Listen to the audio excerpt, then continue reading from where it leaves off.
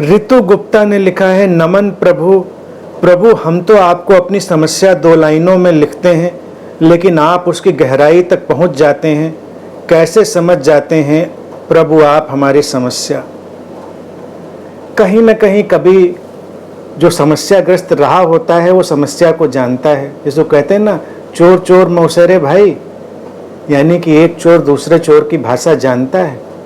तो जो खुद समस्याओं को जान चुका है, जिसने खुद अपने से वो प्रश्न पूछे हैं, वो उनकी गहराई में भी उतर जाता है।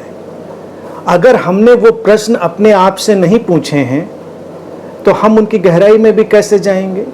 ये कोई फिलोसॉफिकल मसला तो है नहीं। जीवन की समस्याएं एक जैसी हैं। जो तुम्हारी समस्या है वो हमारी भी समस्या हो सकती है। हम भी उनसे गुजरे हुए हो सकते हैं। उनके रूप अलग हो सकते हैं, उनकी टाइमिंग अलग हो सकती है, उनका जो फेज है वो छोटा हो सकता है। अब मान लीजिए तुम फ्रस्ट्रेशन से गुजरे, तुमने मुझे कहा मुझे फ्रस्ट्रेशन हो रहा है इस बात का, तो ऐसा तो नहीं कि फ्रस्ट्रेशन को मैं नहीं जानता रहा होऊंगा, फ्रस्ट्रेशन का स्वाद नहीं। हो सकता है छोटा फेज रहा हो सकता है वो जल्दी ही उसको समझ के साथ उसको पार कर लिया गया हो, कुछ भी हो सकता है। लेकिन उन सारी समस्याओं को जिया गया होता है, और जब हम उन समस्याओं को जी लेते हैं तभी उनके बारे में बहुत प्रामाणिकता से कह पाते हैं। इसीलिए जब कोई गुरु के रोल में आता है तो उसकी जो वेदना है वो समझ में नहीं आती सीकर्स के। वो भी कितने कितने खाइयों से गुजरा है, कितने उतार चढ़ावों से गुजरा है, तभी तो सफर को जानता है। भटकना जीवन पर्यंत का हो सकता है और भटकना चंद लम्हों का हो सकता है।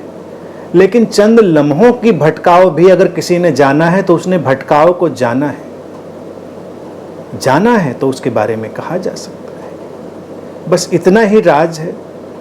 बिना जाने किसी बात को कह सकना संभव नहीं है। फिर वो अनुमान होते हैं, तीर तुक्के होते हैं, और वो फिर दिल को छूते नहीं।